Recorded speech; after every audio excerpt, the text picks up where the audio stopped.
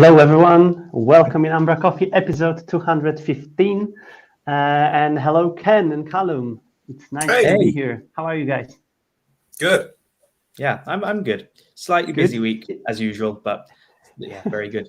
You're not in your usual place, Marcin. What are you doing? Yes, and I had a crazy week. It turned out even so that I'm so close to Kenn that I can even sometimes wave to you. I'm in Aarhus in the Novisel Danish office, exploring, meeting team people, processes, and everything else like that. And I also didn't realize that it's already end of the week. So yeah, crazy busy time here. What about you, Kenn? Maybe you were not busy this week. It was a very chilly and peaceful week for you. Oh, very chilly, very peaceful, always. No, I'm super busy as well.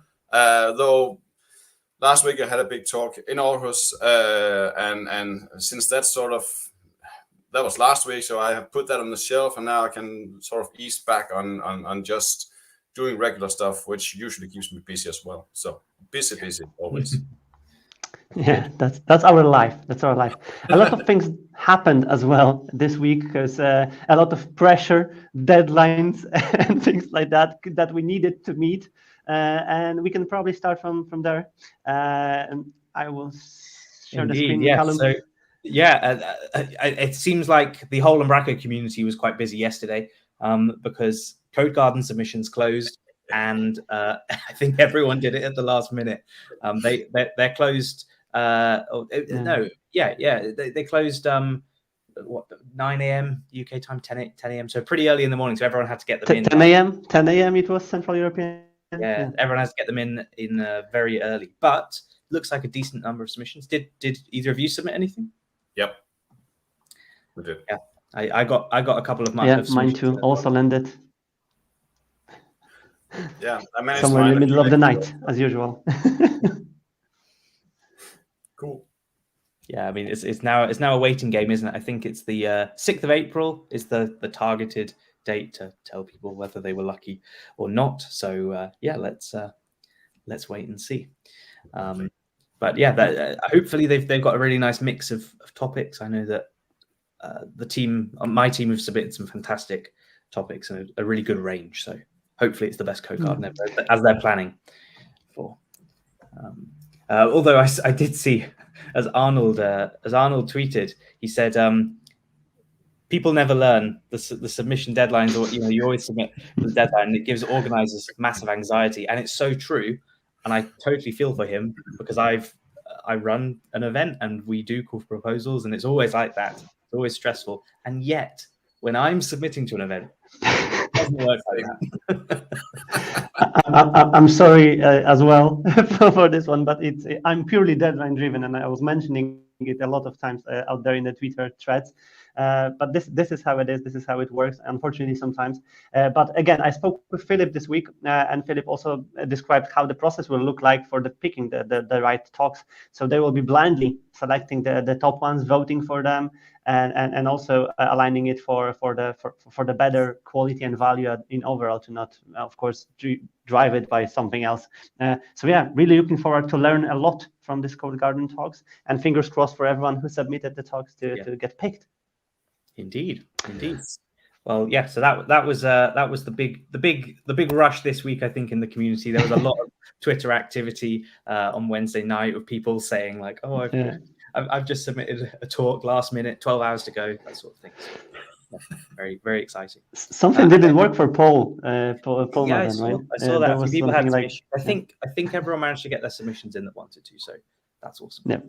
At the end, yeah, that's some other news that came out. I think was it yesterday, Kenn, about the back office team. Now, I knew you were a part of this, but I had kind of lost track of what was going on here, and I don't know if there'd been. I know there'd been some RFCs and stuff, but maybe not.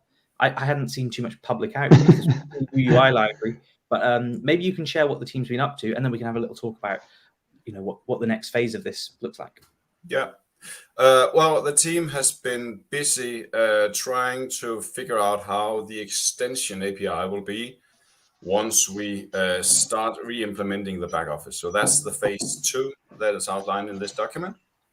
And this all ended up in these RFCs that we're showing now. it's super important to say nothing is set in stone implementation-wise. There is no, we haven't picked any library for building the API or the back office whatsoever. What's been done so far is purely defining the APIs for extending the back office. And I guess the big task and the big religious war is ahead still. So that will probably be in the next phase, figuring out what's actually going to drive the back office client side. So that'll be super exciting. We'll see what happens next. Indeed, and so we've received this blog post from Jacob, who's is he the front end, the UI team lead at Umbraco now? Something like that. I'm actually not entirely sure why it was written here. Okay, but so he's released a blog post that's kind of detailing the process and what's been going on. Of course, we know about the UUI library.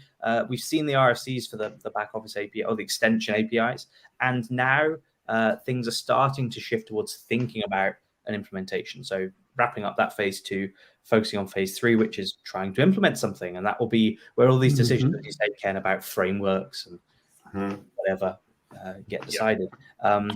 And if I've understood this correctly as well, this is the end of the community team's involvement. Is that the case? Actually, it's going to be reformed. Eventually, there's going to be a call for attendees for this community team again. It's been like that from the beginning. That's been the plan all along. So we gather people up that has a specific interest in these phases, and we bring them together to do their work. And then the handover is, in this case, an RFC, which will be carried into the next phase and implemented, if you will, by the next team. So we'll see who ends up having to carry this torch along in the next phase. That'll be super interesting. Very, very interesting. So it's almost like you've had people that their bread and butter is like architecture and making sensible API decisions, and then you're going to have people whose focus is all about kind of building awesome UIs and experiences. Exactly. So the members that have been part of it for this phase or phase 2, we are a mix of contributors and day-to-day users of the back office APIs. So obviously you have Matt, who's been massively using and probably abusing the back office APIs. You know, we have Søren, who's definitely been abusing the back office APIs to a fault. And we have me trying to work within the finely defined lines and so on and so on. So bringing people together who have a lot of experience doing these things and hacking around and making things possible or impossible, and figuring out what are the caveats today and what are the strong points, so we can define something that hopefully works in the future. I read a nice article this week about composable architecture, and I think it was mentioning a lot about API-centric approach for any kind of steps towards the further implementations. And we mentioned it multiple times with Callum here that it's API-driven approach here, plus treating technology as really implementation detail at the end is exciting and definitely will help to shape it better, because this is the same what, for example, Trello did with their APIs. There is more features in Trello API than in the Trello itself. The Trello is the first and the best client of their API. That's the way how it can be done. Plus, I think there will be a lot of room for any external API consumers and packages and extensions that would be really, really cool to see in the long term. I mean, going about it this way should ensure, or will hopefully ensure, that we can do this in an agnostic way. So we're not tied into a framework. So we're not letting AngularJS drive every single decision we make when building something new or adding some feature to the existing API. That's the whole point of doing it in a sort of reversed order. And then say it's API first. Yes, it is. Some people are mentioning micro front ends as the new thing. Maybe that will carry into the implementation phase. We don't know yet. It's an interesting perspective, at least. Yeah. Interesting times. The next in our list is a new Skrift release that also touches the back office topic as well. And Jesper shared the really nice article titled "An Overview of Options to Extend the Umbraco Back Office." So it's a real overview. Yeah. Doing awesome things. Basically, everything you can do in the back office. Jesper's covered it, from .NET things to JS things, and even look at this. Putting a nice logo up in the top left-hand side, which I know has been hotly debated recently. So that's a really cool article from Jesper. And another one that I really like, because it's something that I do on a regular basis, is search. And Anders has done a fantastic article about Hunspell, which is this spelling API basically, and you can use it to help make your search a little bit more friendly and human, and do those "Did you mean X?" I remember a blog post from quite a way back now, actually, from Lars Erik, where he showed a good approach of having like a second index with terms in it that you'd use for spell checking. Yeah.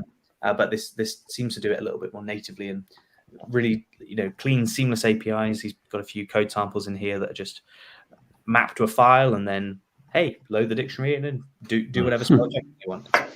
Pretty interesting. Cool. I didn't know about this kind of services, and again, being delivering single responsibility for the services like that for whatever they are specialized in sounds like exactly the trend of what we can do, and great example here from whatever it can be done with that. So amazing stuff.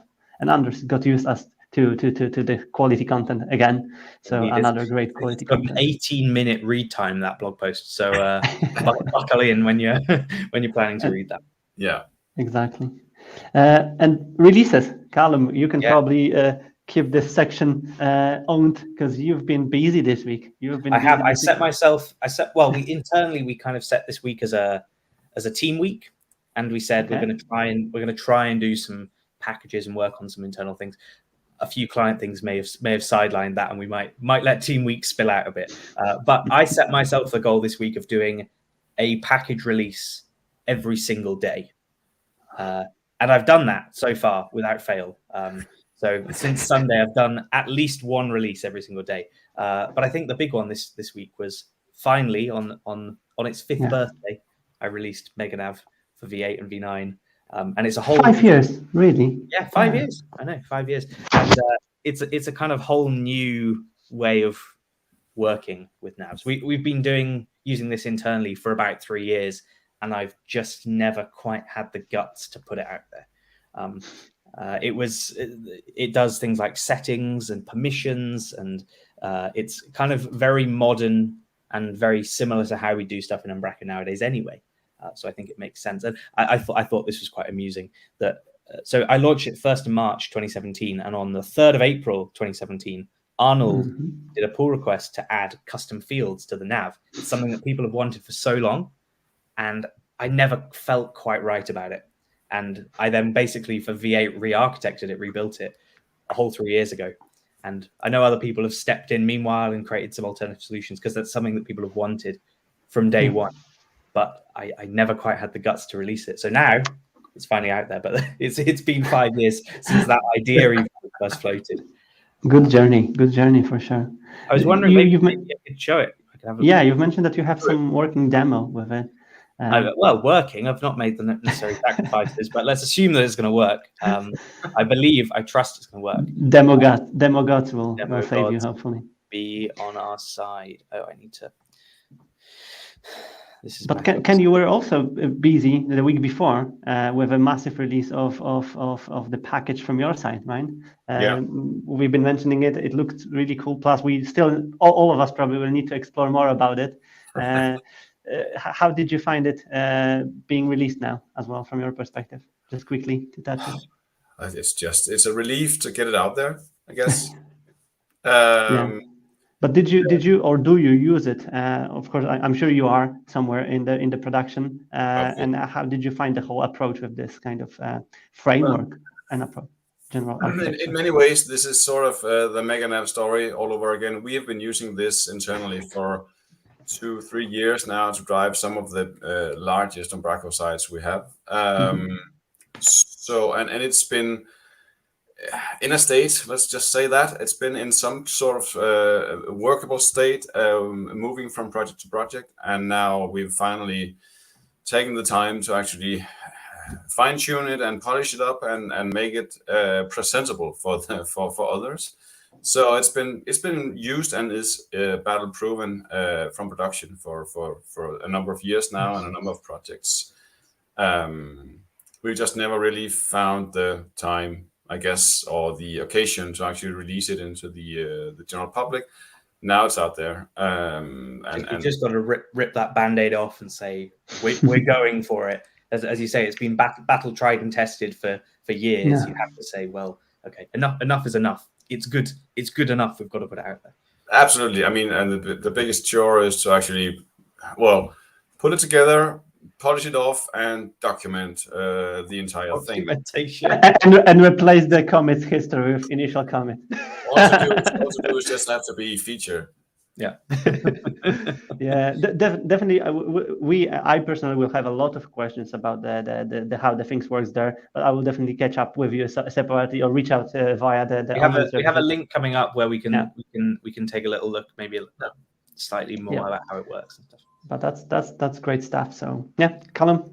I'll do a quick demo. So for those that don't know what MegaNav is, it's a draggable, sortable, nice interactive way of building a navigation in the Umbraco back office. So it lets you stack your items and then drag them to a different level so you can build drop downs. And it's just a nicer way of presenting the data. Think of it as like a multi-URL picker on steroids. So the simple basic implementation is I've added my MegaNav property. I click add and I can add a link item. I can add it there. I can add a couple others. I've just got the V9 starter kit installed here. Got a people node. Let's add one more page. Under people, let's add. Is anyone we know in here? I saw a few. Let's add Jan, and then I can click on an item and I can drag it to be a level that I want, and then it creates like a sub item, and then I can do the same. I can reorder things, and it's quite a nice interactive, editor-friendly way of building navigations. What's changed since V7 is firstly a whole new UI. Secondly, just a big focus on user experience and trying to make this as familiar to people in the back office as possible. You'll have seen there, we've got this little inline addition tool, which just makes so much sense when you're working with a big nav item. So I can say, I want to add the contact page between those, and it just sticks it right in there. Equally, being able to toggle the visibility of items so they don't appear on the front end. I know there was lots of drama, wasn't there, back in 2018 about having this on nested content, but it makes sense in the case of a navigation, being able to turn bits on and off for sections that don't quite yet exist.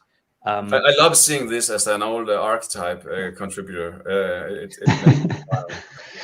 Yeah, and again, having this kind of exposed as pre-built setting is already great, because usually we've been going towards the adding a setting of is visible, and we will replicate the same implementation over and over again. Indeed, yeah. Just some other little things, of course, like you can toggle to collapse items if you want. You can do that via the tree as well. I'll just save my nav quickly. That's the starter kit blowing up, not MegaNav. I don't know why that happens. Of course. There's also a nice thing that was requested by Nick, again, like a month into MegaNav launching, which was, hey, can I just populate all the items in my tree? That would be really handy. And you can do that.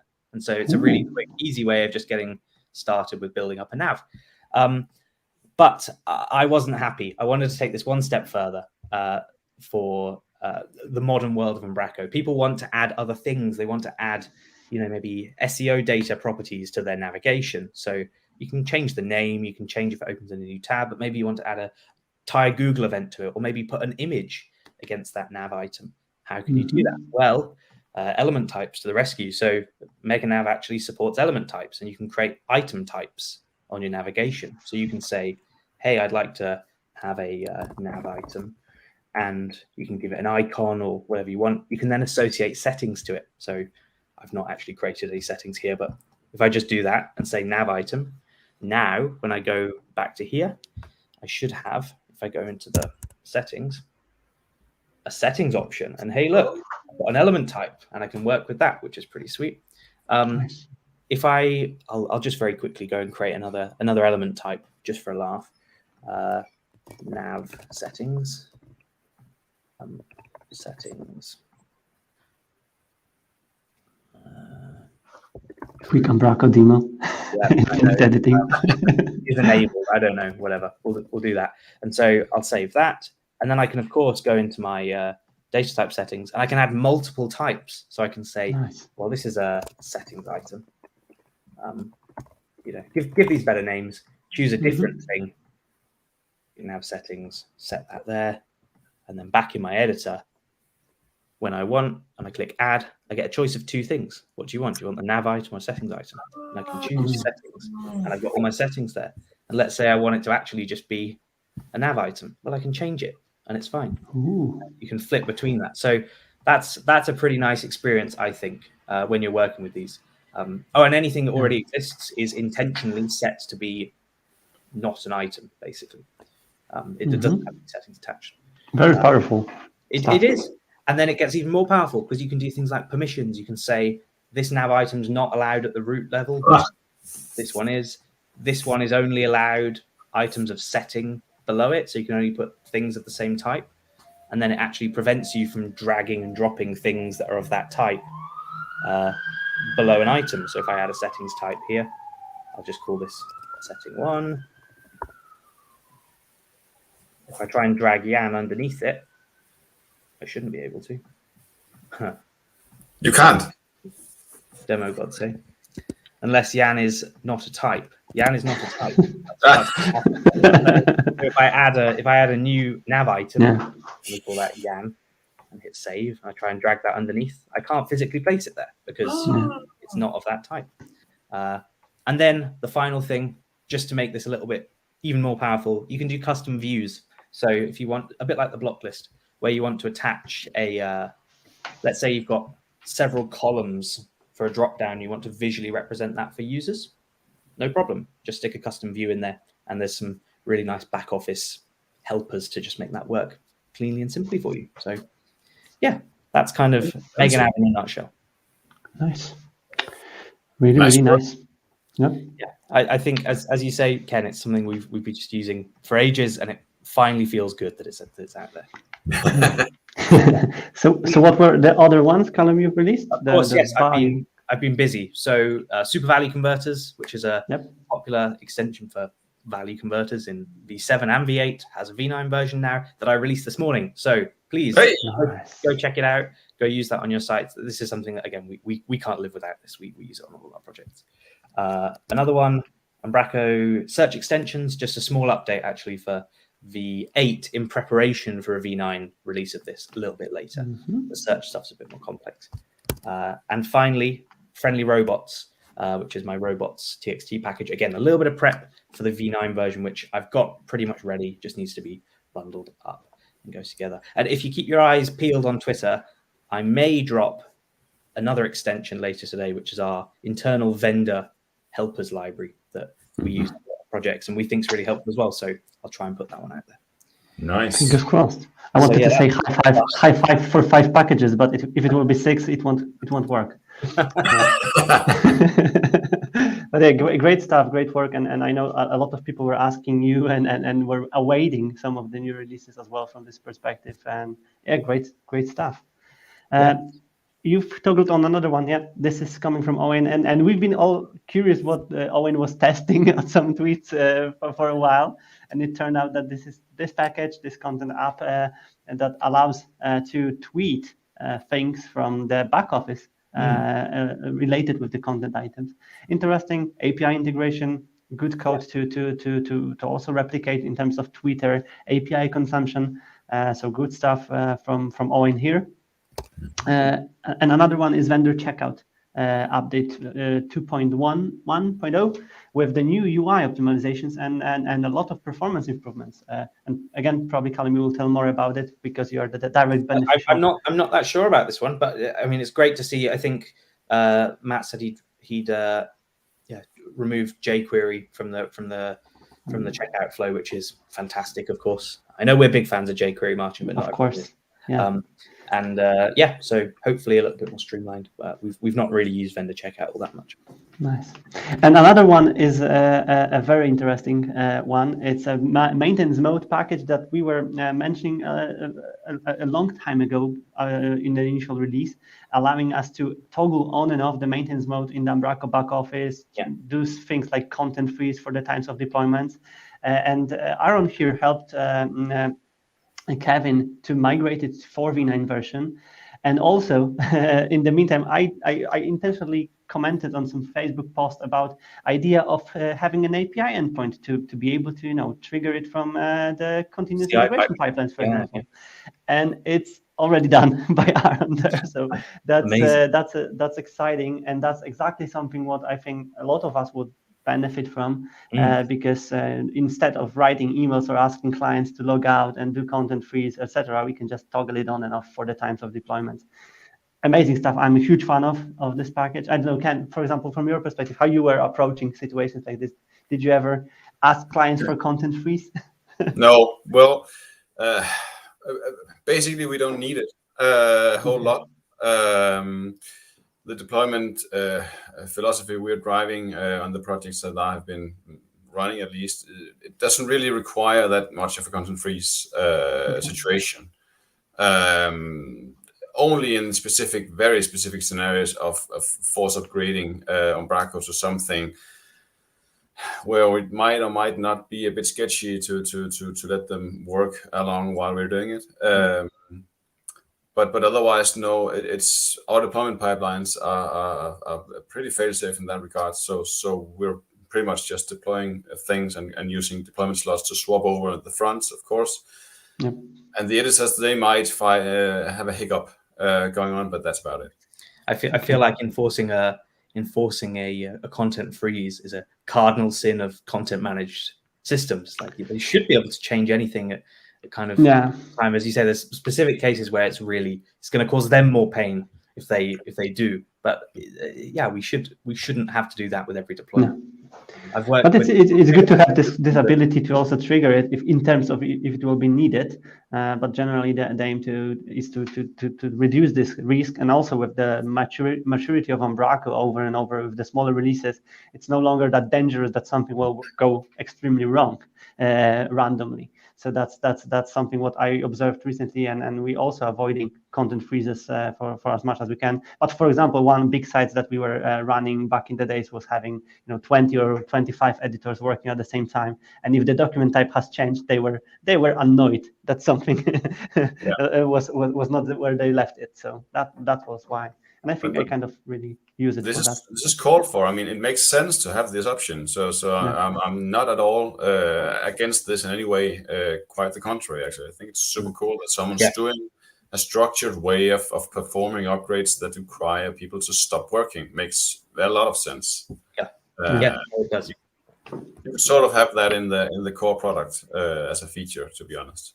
Yeah, along with content locking, which I know, Marcin, something you've worked on before as well. Yeah. I need to update it for V9. I need it again. So maybe next time. And last but not least on our list is a tabulate package, new release by Nathan. It's between some drinks and drinks. There is a new release of Tabulate that has some new fixes and improvements. Yep. So whoever used it before definitely will benefit from upgrading to the latest and greatest version of it. Indeed. And other things from our list of newses, we can mention the Umbraco headless framework. We were talking about Umbraco headless framework. It's somewhere on this, or I missed it. Yeah. Well, I did have a link in here for Ken's headless project, which just in case we wanted to talk about it, I know we've briefly mentioned, and it looks very cool. We spoke about it last week. Very thorough, lots of customization, and I think you said you did a whole 90-minute talk on it the other day. So it's like not something we can just easily demo. No, it is a bit hard to demo. I mean, it installs easily. I mean, it's basically a NuGet package, and it just takes over. But installing it and getting around what it's actually doing might take a bit more than just a few minutes. Mm-hmm. Okay. But I guess the gist of it is having some structured way of creating structured output. Everybody's doing it anyway, so why not have why not just have some sort of baseline that we can all extend upon and be happy with? So this is an attempt to do that. Nice. Very, very cool. Yeah. The article I wanted to mention was about this. So Umbraco backoffice listview and infinite editing part 3 by Jesper. Probably the final part, if I'm correct. Then. Yeah, it is the final one. Yeah, so it's summing up the whole journey with this around. Plus, of course, it all connected to the article published in Skrift as well, related to all the back office extensions. Yeah. Another thing this week were the 2 new reads from Lottie. Yeah. This is your colleague's article, Adrian's article about Umbraco CQRS. And we also had another very in-depth one about Azure DevOps pipelines and YAML and all that stuff. I feel like there's an article on this every year, but it's an evergreen topic. I think it's something that a lot of people get lost in, and it's a joy to hear Lottie reading this one. It's a nice spaghetti word soup of terms. And it's another video of the community office hours. This is the All Things Cloud that came last week, and it had the cloud team plus also Franz from the Dutch community. He's a big cloud fan. They talked a lot about how cloud works, which is really cool. Yep. Yeah. And also this week, Purnima shared the sneak peek from the .NET podcast, .NET Core Show. Where she will be talking, and she's talking about hardcore and Blazor, and also GraphQL. So a lot of buzzwords, a lot of technologies, but a lot of also from Purnima's explorations already being shared in the various places. So now it's all also summarized in the podcast type of form. Yeah, she's done this as a talk. She did it at NDC. She's done one at Code Garden and DF21 as well. So Purnima's everywhere at the moment, isn't she? Yes, that's awesome.